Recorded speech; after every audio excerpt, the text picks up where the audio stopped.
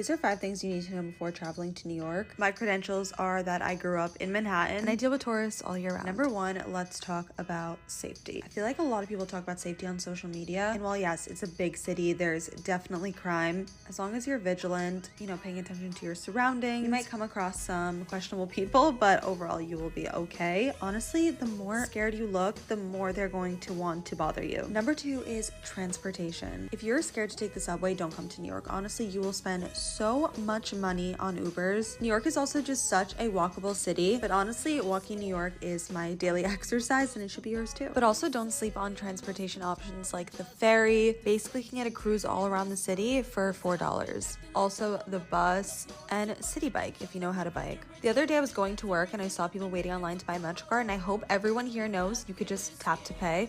It's much easier to get around than it seems. Type in your destination into Apple Maps and just follow it to a T. Number 3 is to explore outside of the popular zones. Look, I know you're just in New York for a week or so I don't expect you to go to every single neighborhood, but I recommend checking out neighborhoods like Cobble Hill, Carroll Gardens, Fort Greene, Astoria, Long Island City. Others would be really cool too, but these are some that I feel like you can get a vibe for local life in New York, but it's not going to feel too much out of your comfort zone. Number 4 is food. If you were to visit a New York City food spot every day, it would take you over 70 years to visit them all. So it goes without saying, you will not try everything you want in New York. And honestly, the whole idea of like the best bagel, the best pizza, there are so many that are considered the best. So I wouldn't stress yourself out if there's a super long line somewhere, it's closed, or don't even get down if you go and try these places and they're not that good. Honestly, I think getting popular is a little bit of a curse to New York City restaurants because quality goes down a little bit. And last but not least, my tip for when is the best time to visit and where you should stay. The best time of the year to visit is